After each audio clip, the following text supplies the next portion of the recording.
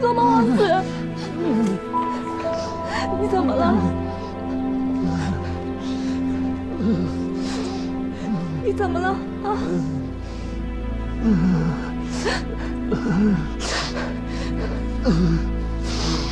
不要，求求你，我不要去借毒场，我不要去借毒场，不要。罗马王子。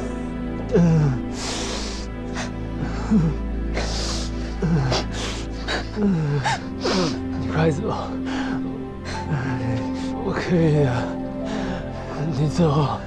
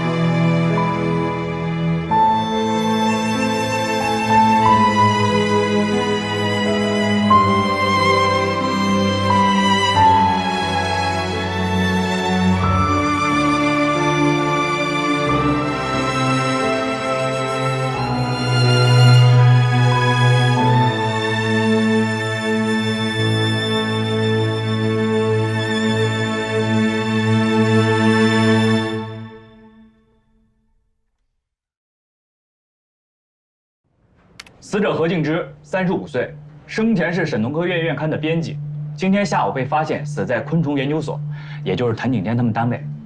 他们单位呢有一个废弃不用的教3楼3层的实验室，这个实验室原本是属于一个叫宋柏清教授的。这宋教授死之后呢，这个实验室就一直闲置着，没人用。从尸体报告来看，死者的脑部出现严重水肿，多脏器衰竭。结合死者被发现时面部紫绀、大小便失禁等情况，以及现场死者有挣扎过的痕迹，基本上可以判定死者是属于中毒而亡。我们在死者的腹腔部分发现了一个注射孔，应该是注射或者被注射了大剂量的毒素。经检验，死者身体里的毒素和我们现场发现的注射器里的毒素是同一种，也和我跟景天同志推测的结果一致，是大头虎蜂蜂毒。这种蜂毒毒性相当大。这个注射器的剂量足以一针致命。哎，景天呢？啊，他说他去查点东西。啊，不好意思啊，你接着说。从现场发现的注射器针头表面上的生物信息呢是死者的，针管上的指纹也是死者的，是自杀呀？要说是自杀吧，死者的死显得很没有仪式感，而且自己的尸体还被胡蜂搞得很狼狈。况且到现在也没有发现遗书之类的东西，那就是他杀。哎，尸体上有其他的注射孔吗？没有。要是我自己不愿意，另外一个人要在我的腹部注射毒药，那是有一定难度。而且，作案现场，他的门和窗都是反锁的，锁得好好的，死者的钥匙也在室内，室内也没有发现外人进入过的痕迹。所以等会儿，你在现场不是说是密室杀人吗？怎么现在又站自杀了？我站哪边了？我是在客观分析。打哪儿指哪儿。滚！哎，张凯，那你有什么意见？我倒觉得自杀、他杀都有可能了。我在现场试了一下那个门锁啊，他那个锁呢是必须要用钥匙才能锁上门的门锁，如果从里边先反锁上，那是根本就撞不上门的。所以如果是从里边锁的，那就是自杀；如果是从外边锁的，那就是他杀。这话都让你说了。你等我说完啊！死者那把钥匙呢还在屋里，另外一把钥匙在陈处长手里，所以如果是他杀，要么是死者的钥匙被人配过，要么是陈处长那把钥匙被人偷偷配过，或者干脆陈处长在撒谎。我说要按你这么说，那就没边儿了啊！反正这就是我的设想。哎，死者身上有没有使用过致幻药品的痕迹啊？没有。不过要是用乙醚的话，这么长时间才发现尸体，乙醚也早就挥发掉了。不排除使用乙醚。对。刘志，钥匙上有指纹吗？没有，钥匙被液体浸泡过。那滩液体化验之后什么结果？就是蜂蜜和白醋的混合液，3:4的比例。这什么东西啊？这蜂蜜和白醋还3:4啊？那会不会是那种什么，这个网红的养生配方啊？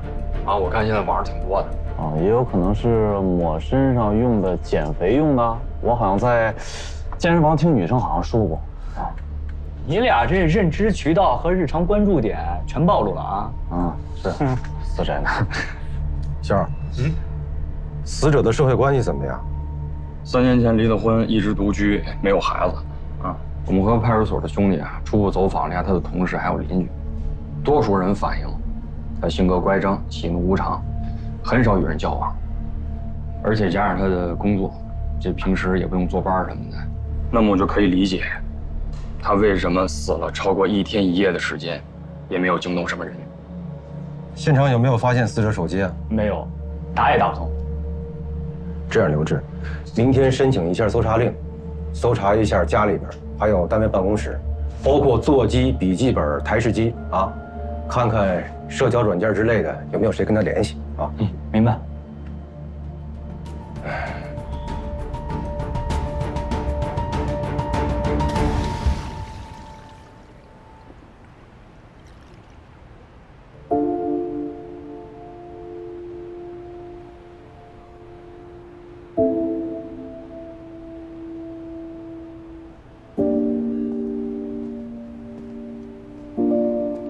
哎，你怎么在这？这话应该我问你吧。我来找经理有急事。什么急事啊？还有我不知道的急事？还真有，是关于她男朋友的事。她有男朋友？你们没见过吗？也在泰国？对啊，刚回国。是一个中国人，还帮我们破了几个案子。我好像听说过。不服吗？会让你服的，这是我的经验。你还没告诉我，你怎么会在这？我忘记带实验室钥匙了。我过来这里是找精灵取钥匙的。不过，主要还是为了请他吃饭。那真是巧了，我也要请他吃饭，那一起吧，咱俩 AA， 不会占你便宜的。柴，有没有人说过你很令人讨厌？讨厌我的人有很多，但暂时还轮不到你。走吧。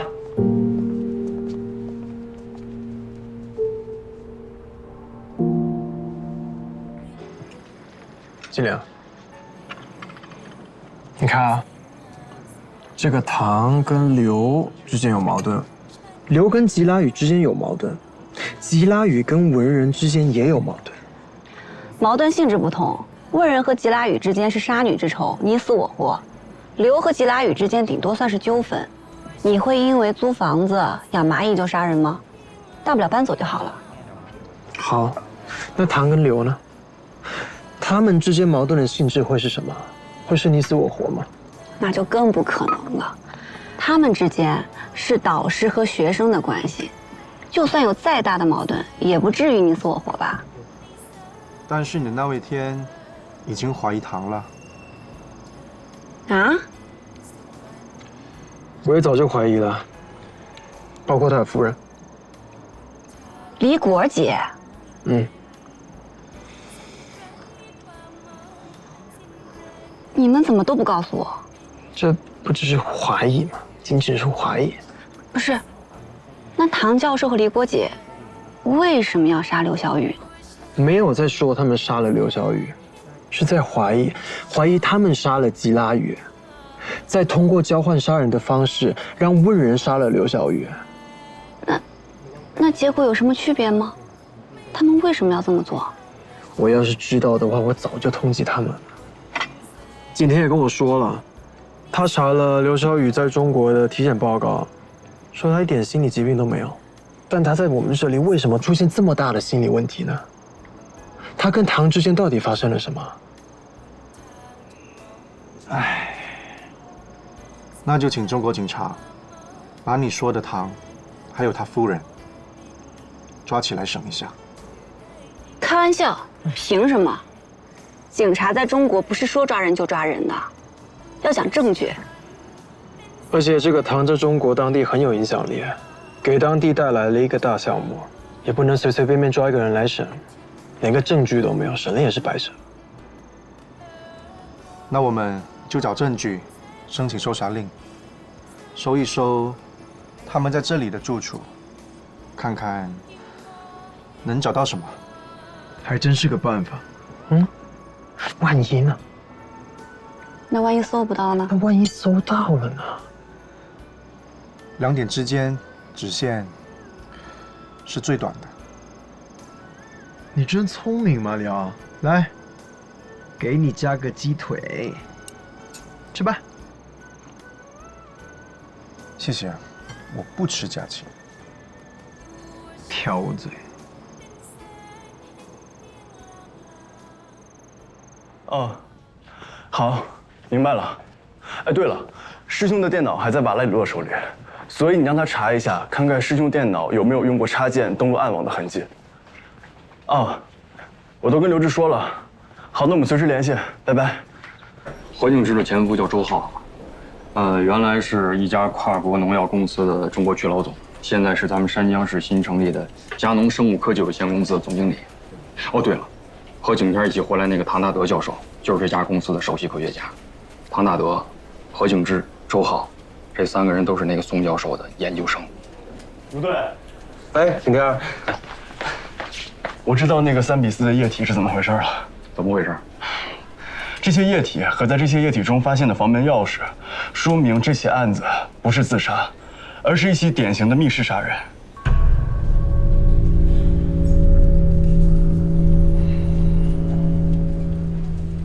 那要这么着吧，唐那里有什么收获，我就继续联系你。好，随时联系。好了。拜拜。拜拜。拜拜。走吧，我送你回去。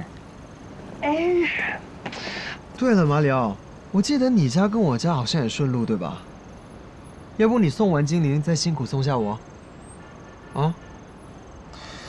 我跟你什么时候顺路过？想顺路一下还不简单吗？走吧，走。干嘛？这是。每年的6月到12月份，对于养蜂人来说，最大的麻烦就是胡蜂，因为他们会骚扰蜂群，甚至吃掉生产蜂蜜的蜜蜂。长久以来呢，为了对付胡蜂，养蜂人想过很多的好办法。因为胡蜂嗜甜，所以有一个办法就是用蜂蜜与白醋按照3比4的比例进行调制，制作诱饵，然后放到专门的诱捕设备中来捕杀胡蜂。我没明白，这和本案有啥关系啊？考虑到呢是在现场的地面上这些液体中发现的钥匙，所以我认为，凶手很有可能是在毒杀何敬之之后，将事先准备好的这些液体放到地面上，然后再用何敬之的钥匙将门从外面锁上，以这些液体作为诱饵，让贪嘴的胡蜂将钥匙带到室内，从而完成了这一起密室杀人。胡蜂怎么带钥匙啊？用翅膀驮着？这个不难，用水溶线拴上，到达液体之后，水溶线就化了。胡蜂能带得动钥匙啊？这也没什么稀奇的，蚂蚁也可以搬动比自身重很多倍的物体。那胡蜂是怎么进去的？门窗不都锁着呢？你不是也说了，实验室地面的门缝少说也有2公分，我觉得足够了。景天，悬了点吧？那凶手不会是小龙女吧？啊，会使唤胡蜂，古墓派的。我别拿了，你闹了。我一猜你们就不会相信，很简单，明天去现场，我用胡蜂给大家做演示，你们就明白了。我还有一个问题啊，如果要制造密室的话，用1只或者几只胡蜂应该就够了吧？那现场为什么会有那么多胡蜂？难道就是为了吃掉死者的眼睛？这个我暂时也没想明白。这样，我还是那句话啊，大胆假设，小心求证。咱们呢，先按照景天的推测走，明天开始分头的走访排查。先把死者的社会关系呢整理一下，还有排查一下胡蜂的可能来源啊。动机重点在于动机。行，那咱散了吧啊。哎，你们几个今天晚上谁陪景天啊？那我。不用了，我现在好得很。哎，别，这么踊跃，你一起吧。好，走。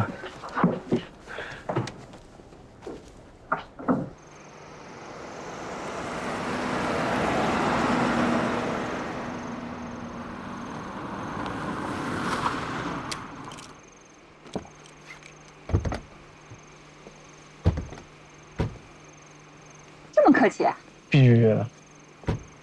精灵，我送你进去吧。不用，马上到了，你们赶紧走吧。听到了吧？人家让你别送你就别送了吧。精灵，拜拜。拜拜。拜。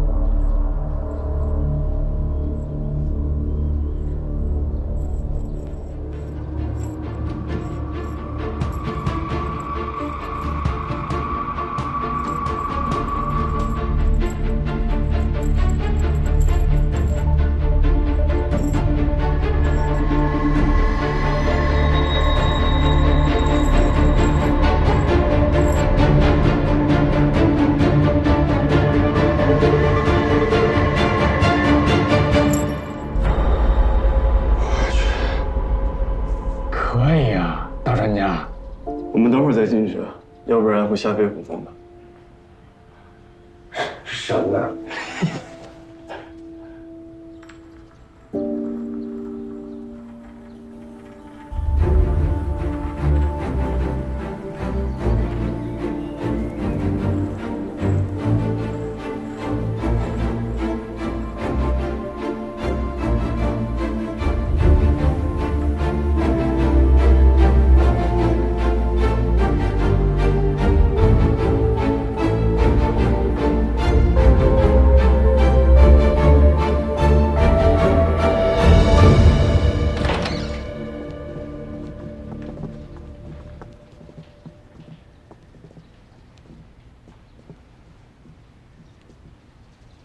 怎么样？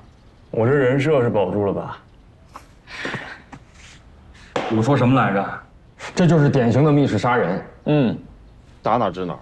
这快！通知刘志啊，按照凶杀案立案，咱们得按照原计划分头行动啊。是。景天。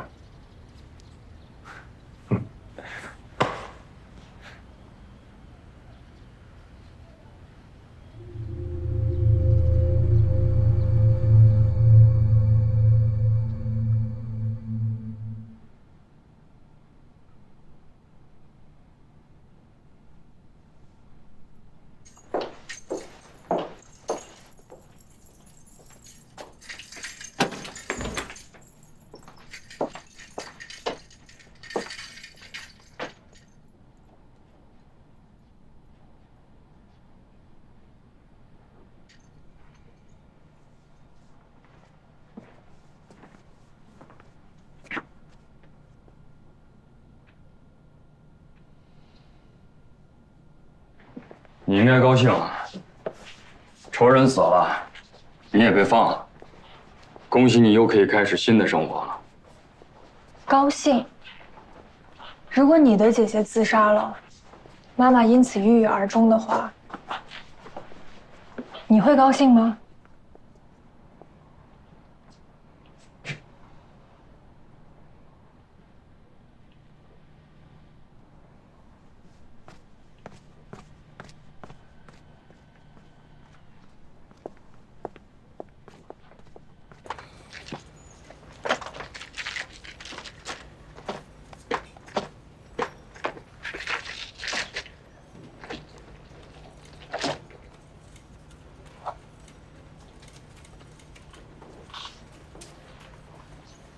对了，你能帮我把这个给王本义吗？这是什么？色盲矫正眼镜。你可以自己当面给他。不麻烦了，你要是方便的话，就帮我代劳一下，可以吗？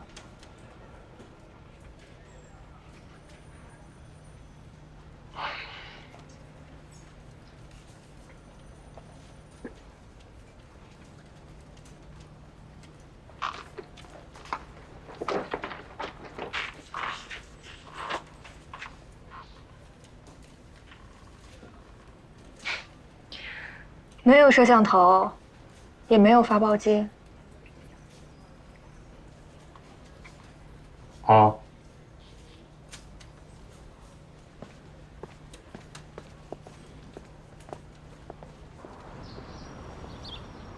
大约以后不用再见了。你们还在怀疑我？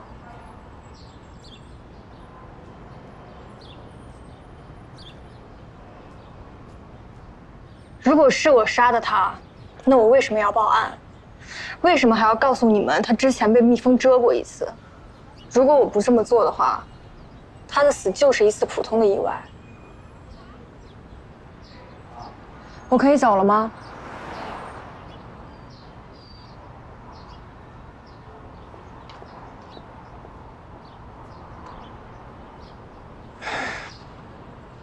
本来以为是条捷径，现在成了最漫长的路了。挨打就要立正，自己选的路，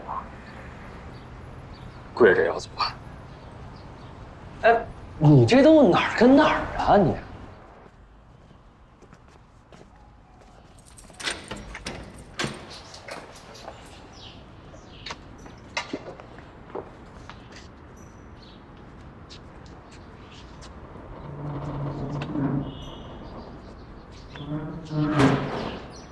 情况好，还习惯吗？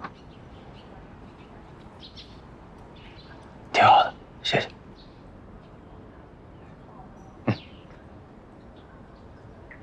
带上。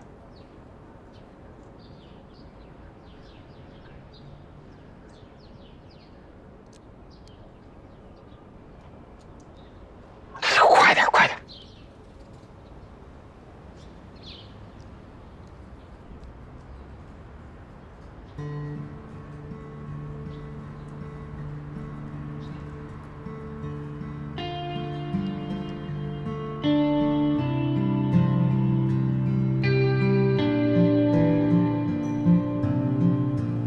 这是孔雪托我给你带过来的。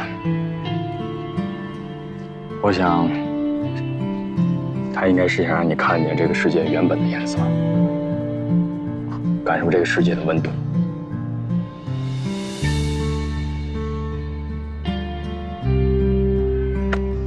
好好改造。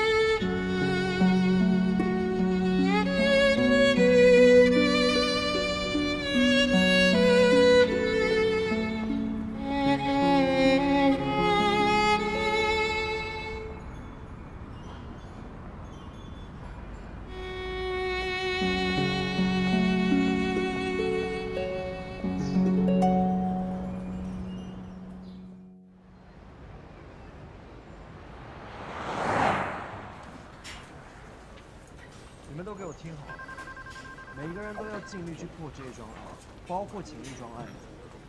哎，阿鹏，我之前让你去办的那件事情，你到底办？警长，金玲来了。金莲，过来一下。都去忙吧。是啊。坐。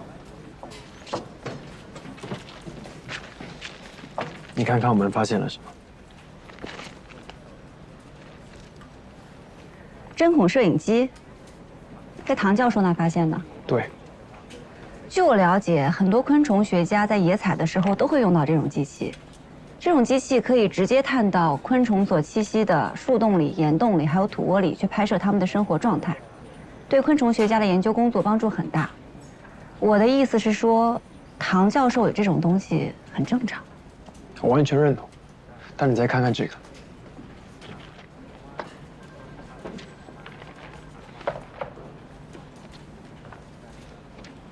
这是什么？这是这个针孔摄像头的检验报告，我们在上面看到了马里科帕须臾的生物成分。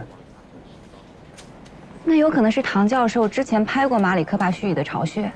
他是在哪拍啊？他去美国南部拍，还是去墨西哥地区啊？他可以去小雨师兄的培养箱里拍啊，他也可以其他地方拍啊。OK。那我们也听了景天的建议，我们拿刘小雨的电脑去做检查，包括他的笔记本、他在家里的台式机、单位上的台式机，都没有用插件上过暗网的痕迹。他可以在别的电脑上上呀，他也可以去网吧呀，电脑到处都是，不是吗？你怎么了，今天？这些都是间接证据，证明不了什么的。我知道，但虽然这些是间接证据，但重点是，我跟德都已经相信刘小雨她是无辜的，我们也相信当初景天的判断了，对吗？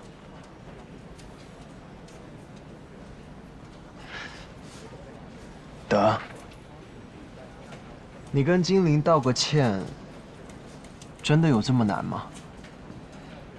不难啊，那还不赶紧呢？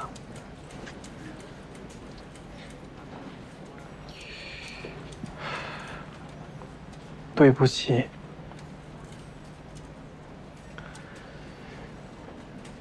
德他也知道他自己错了，他也希望景天回来的时候，他可以亲口跟他道歉。对了，小雨师兄今天火化了，他的父母委托景天向你们转达，他们已经知道了问人的遭遇，所以不准备向他提出民事赔偿了。真是伟大的中国人，我会替他们转告给问人的。我们也一定会抓住真正的凶手，还给刘小雨一个清白的。何敬之死了？对。他什么时候死的？大前天夜里，在一个废弃的实验室里，被注射蜂毒而死。就是宋教授，您的导师经常用的那个实验室。他跑那儿干嘛去了呀？我给周浩打电话。不用打了，他也不见了。周浩不见了？对。不可能，我们昨天还联系着呢。我们说不见了，那他就一定是不见了。怎么会这样？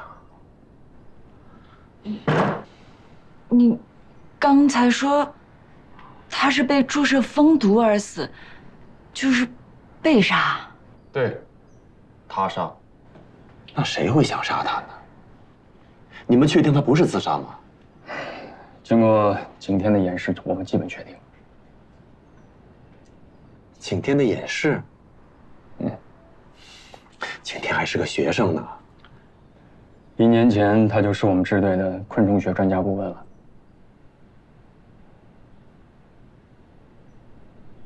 啊，是这样啊。我们这次来呢，是想了解一下，你们2位在大前天夜里的8点到10点之间，在哪儿，在忙什么？有什么人可以旁证吗？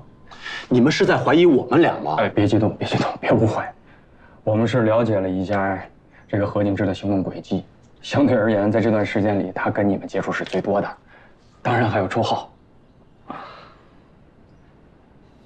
这是你们的工作，我们能够理解。谢谢。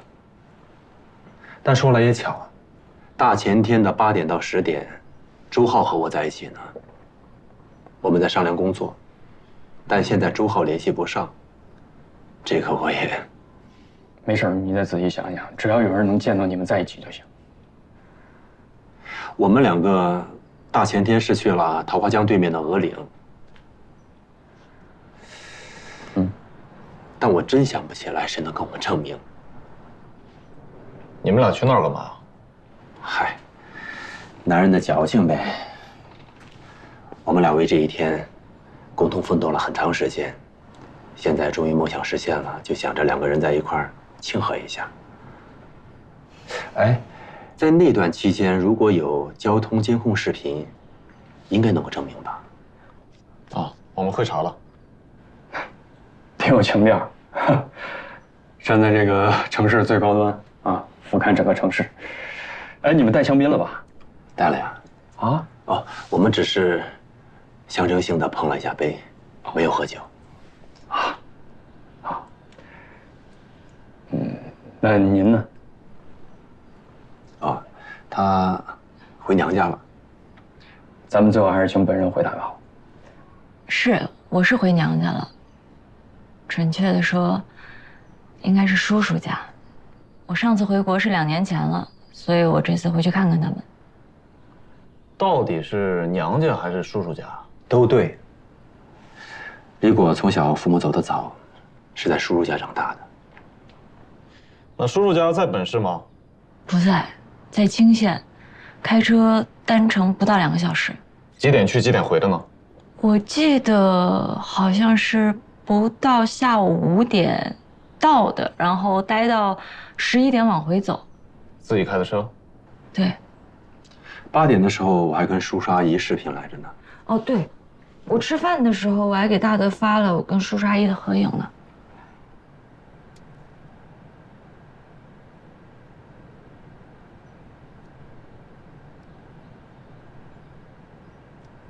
留个证据介意吗？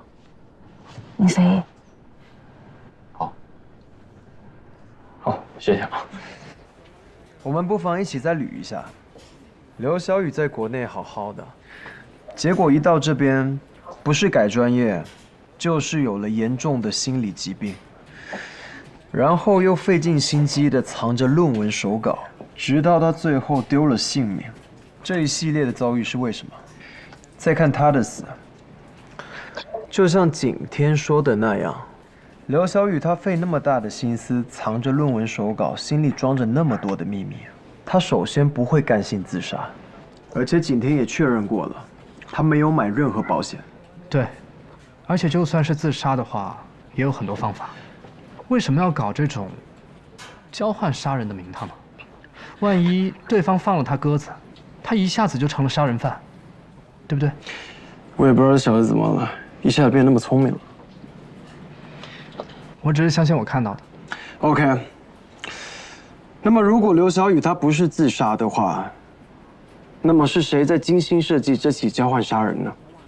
我觉得最关键的一点就是，谁能让他在那个时间出现在那个地方，并且穿着黑西装，拿着白菊花。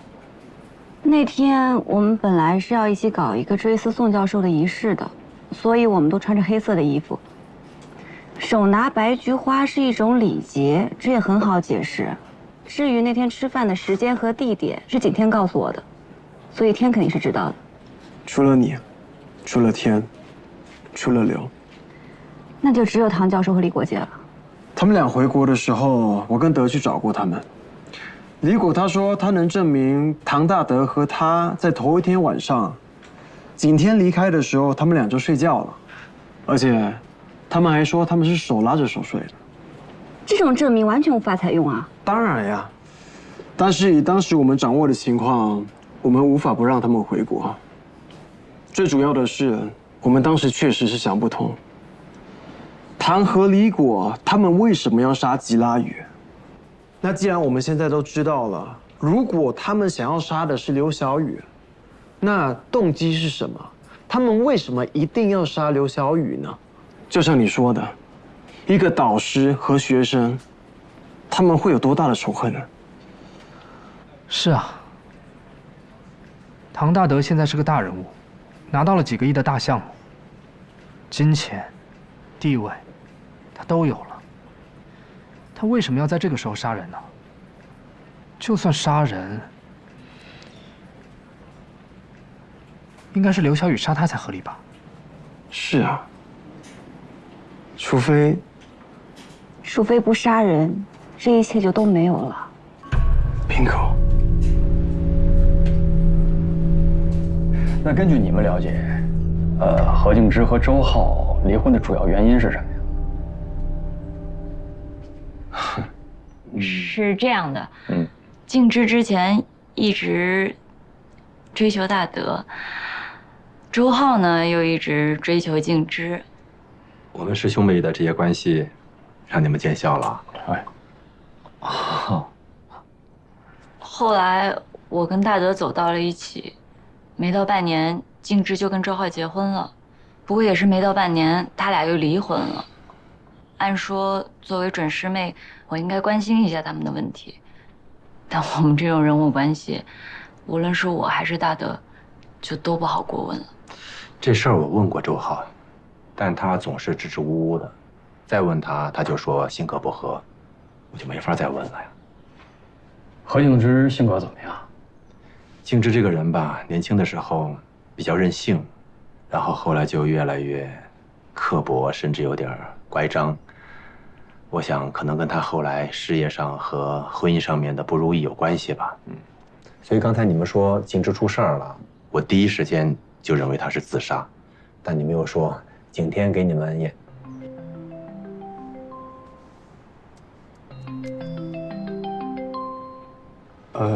不好意思啊。哎，行，继续。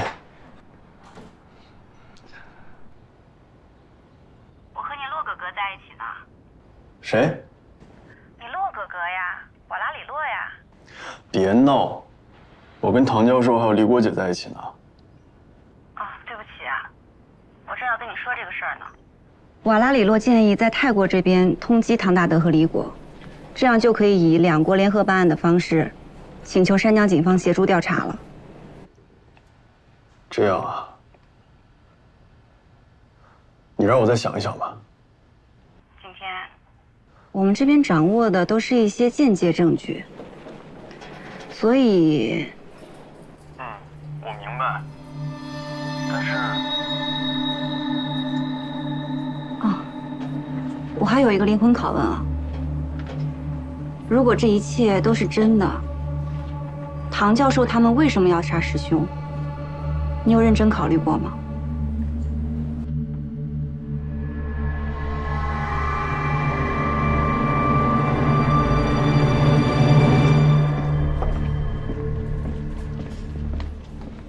怎么样？景天怎么说？他应该还是有很多顾虑，毕竟唐教授是他的老师，而且唐教授那个项目确实牵涉的也比较大。这种情况估计在泰国也差不多吧。那就得等景天了。对了，苏潘那个案子有什么进展吗？这不是在等你们那边突破吗？我之前跟你说的话都白说了呀。我们法医昆虫学的主要任务是帮助确定死亡时间，死亡时间我们已经告诉你了呀。是我知道，但我们现在是在怀疑这个苏潘是不是有一个男朋友啊？但现在死活都找不到，我现在都开始怀疑到底有没有这么一个男朋友了。很可能有。为什么？我刚才看到一个地方，我觉得很奇怪。这里，你觉得呢？为什么奇怪？这里好像一只脚，一只大脚。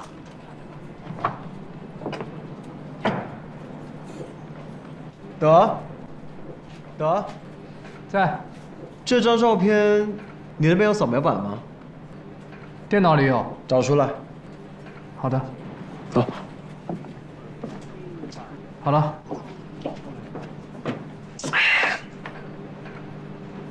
放大，再放大一点。对，就是这儿。真的是一只脚，还是一只大脚？给我打印一份，我回去和苏潘的尸体比对一下。不用比对吧？这么大的一只脚，肯定是男人的脚。哎，你们看，这只脚好像只有4个脚趾。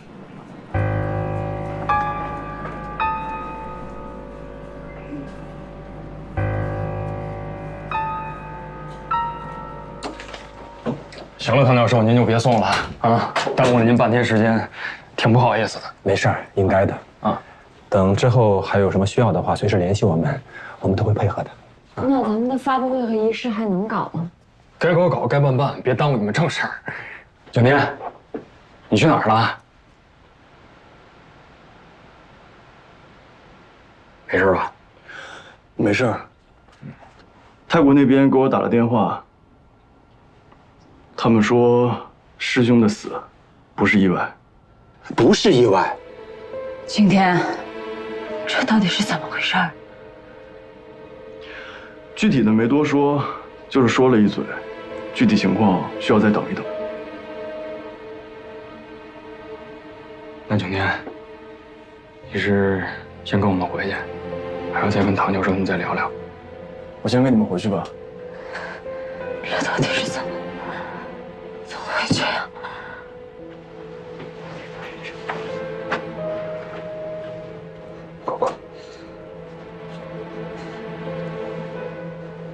教授，李国姐，你们先别着急，有消息的话，我一定第一时间同步给你们。好的。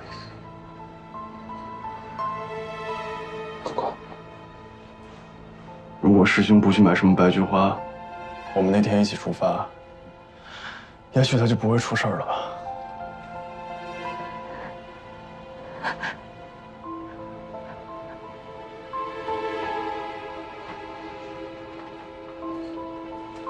果果，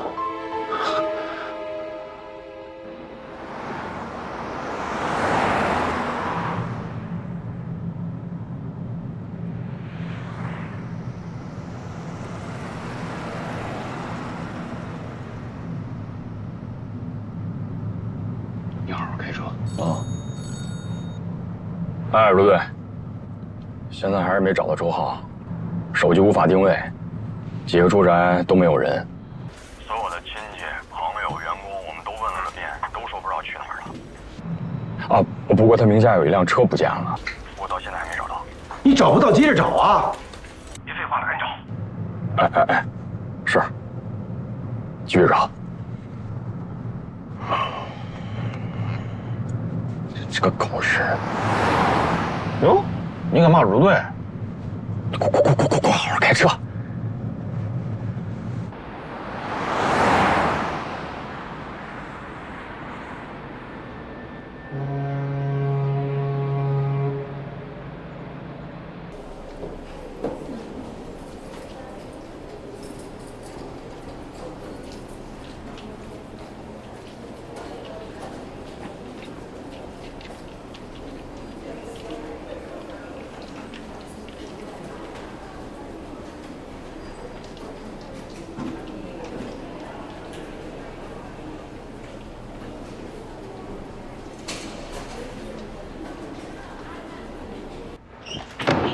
大德，你怎么在这儿啊？到处找你，电话也不接。怎么了？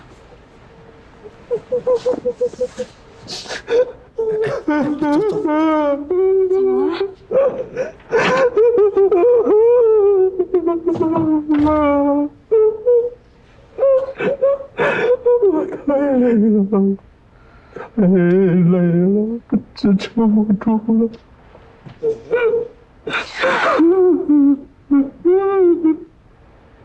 是啊，这段事情是怎么了？在泰国小雨死了，回国之后静之又死了，是我们到底做错了什么吗？为什么会这样？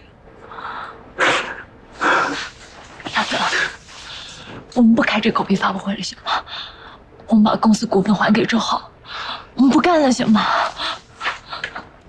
我们什么都不要了，回泰国开开心心教书，好吗？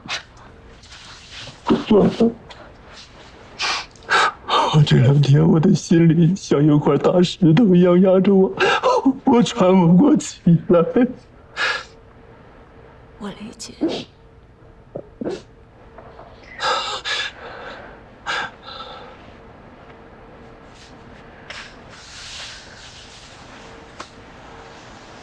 不过，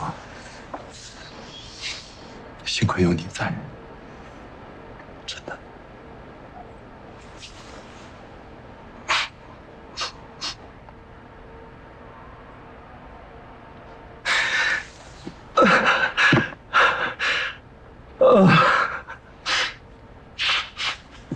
哎呀，哭出来我好多了。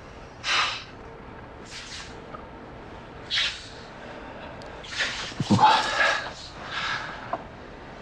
你去把陈处长他们请进来吧，咱们赶紧把明天的流程再对一遍。那我们还接着搞吗？啊，必须搞啊！咱们盼这一天，盼了多少年了，国国。宋教授为了这个项目付出了巨大的心血，我们也付出了巨大的牺牲啊！终于搞成了，咱们国国。咱们不仅要搞，咱们要轰轰烈烈的搞，大张旗鼓的找，轰轰烈烈、兴高采烈的搞，好好庆祝一下。国国，就算不为我们，为了宋教授，我们也要搞，好吗？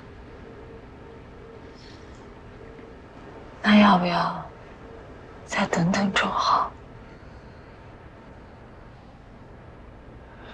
一直联系不上他，咱别纠结了，正常进行吧。明天他能赶回来更好，赶不回来也没办法。果果，咱们有这么多嘉宾，一个一个去协调时间太麻烦了，影响也不好，你说呢？好，那我们就继续搞。我去叫陈处长他们。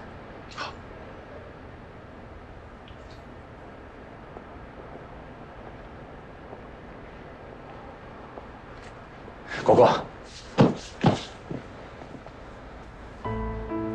果果，咱们再坚持一下。过了这段时间，我陪你好好休玩几天。这个心猿意料，咱们也该考虑考虑要孩子的事情了。现在咱们的条件好了。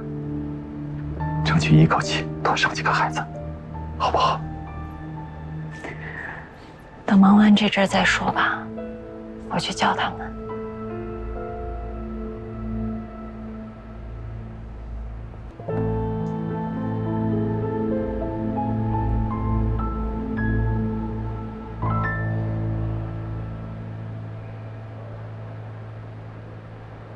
李月，别紧张。今天找你来不是关于蜜蜂的事儿，是想请你帮个忙。请我帮忙啊？我能帮什么忙啊？哎，你就说你帮还是不帮吧？帮，说话了肯定得帮啊。能不帮吗？那还那么多废话。天儿，问吧。听说你在佳能公司任职？对，但是肯定被开除了。唐大德是你们公司的首席科学家是吗？是，这个人很厉害。听说你们公司即将投产的新型农药也很厉害。这么和你们说吧，这个产品一旦投入使用，将轰动整个行业，对粮食作物和经济作物的生产将是革命性的。通过插入外源基因增强病毒毒力，进行干状病毒重组。通过这种重组方法制作出来的新型杀虫剂，可以在零翅目之间快速复制，而且还不会伤害哺乳动物，既安全又有效。你是怎么知道的？这现在可是我们公司的核心机密啊！忘了跟你介绍了，我兄弟，昆研所毒理昆虫学专业研究生，博士。还不是呢？马上了。那你就直接说是同行呗。啊，这类似。也不对啊。那就算是同行，你也不能知道这么清楚和详细吧？这个现在可是我们昆虫细胞工程学的尖端结晶。你们有没有想过，一旦你们这种产品投入使用，灵翅目很快就会灭绝？是。可是，重要吗？可能对有些人来说不重要，但对有些人来说，包括我，地球生物的多样性更重要。谭凯哥。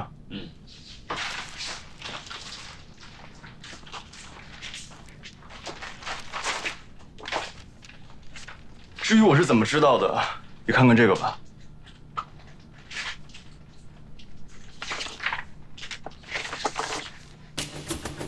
我去！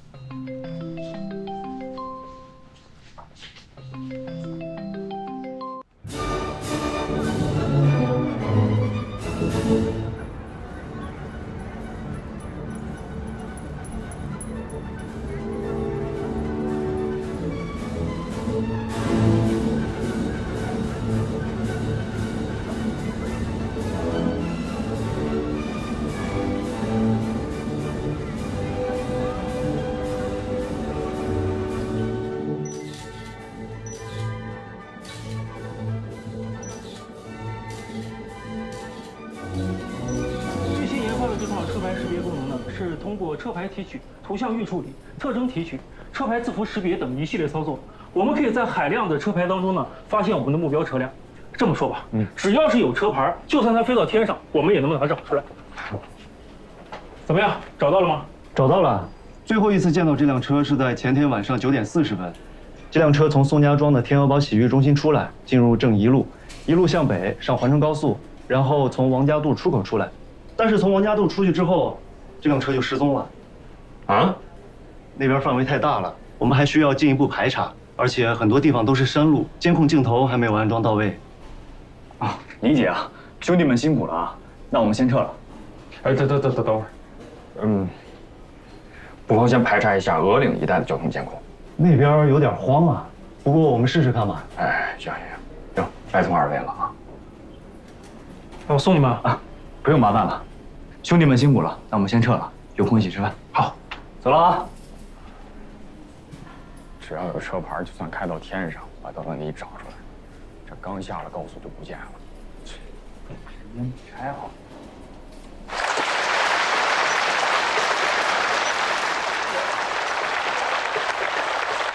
国产农药919号专利的诞生，凝聚着唐大德教授以及我昆研所所有科研人员的心血。它是我们省昆研所、省农科院的一件大事，是中国昆虫学界乃至国际昆虫学界的一件大事，更是我国生物科技领域、农业种植领域的一件大事。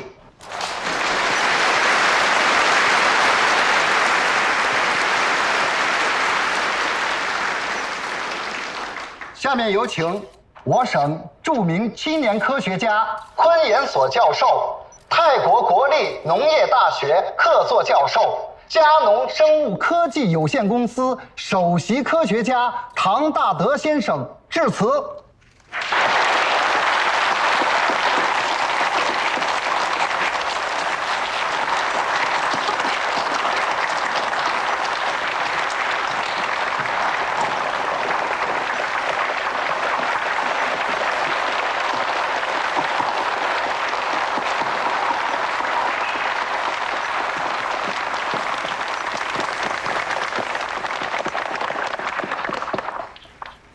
大家好，今天是我们919专利成果发布的日子，更是我的恩师宋柏清教授雕像揭幕、宋柏清昆虫研究基金会成立的日子。宋柏清教授一生致力于灵翅目的研究，作为导师，他用渊博的学识哺育了我，用严谨负责的科学精神影响了我，用坚韧不拔的治学态度鼓励了我。作为师长，作为朋友，他的仁爱、宽厚，温暖了我，也在危机关头不惜牺牲自己的生命保护了我。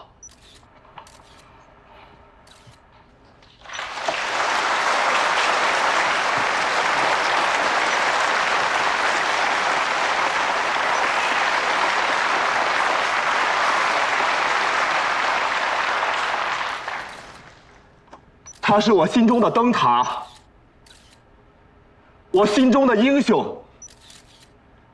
希望致力于昆虫学研究的学子们，跟我一起接过宋柏清教授手中的薪火，我们在鳞翅目领域、昆虫学领域深耕细作，砥砺前行。谢谢。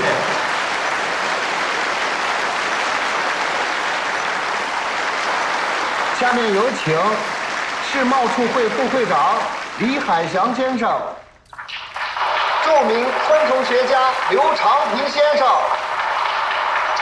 农科院副院长魏光宇先生和唐大德教授一起为雕像揭幕。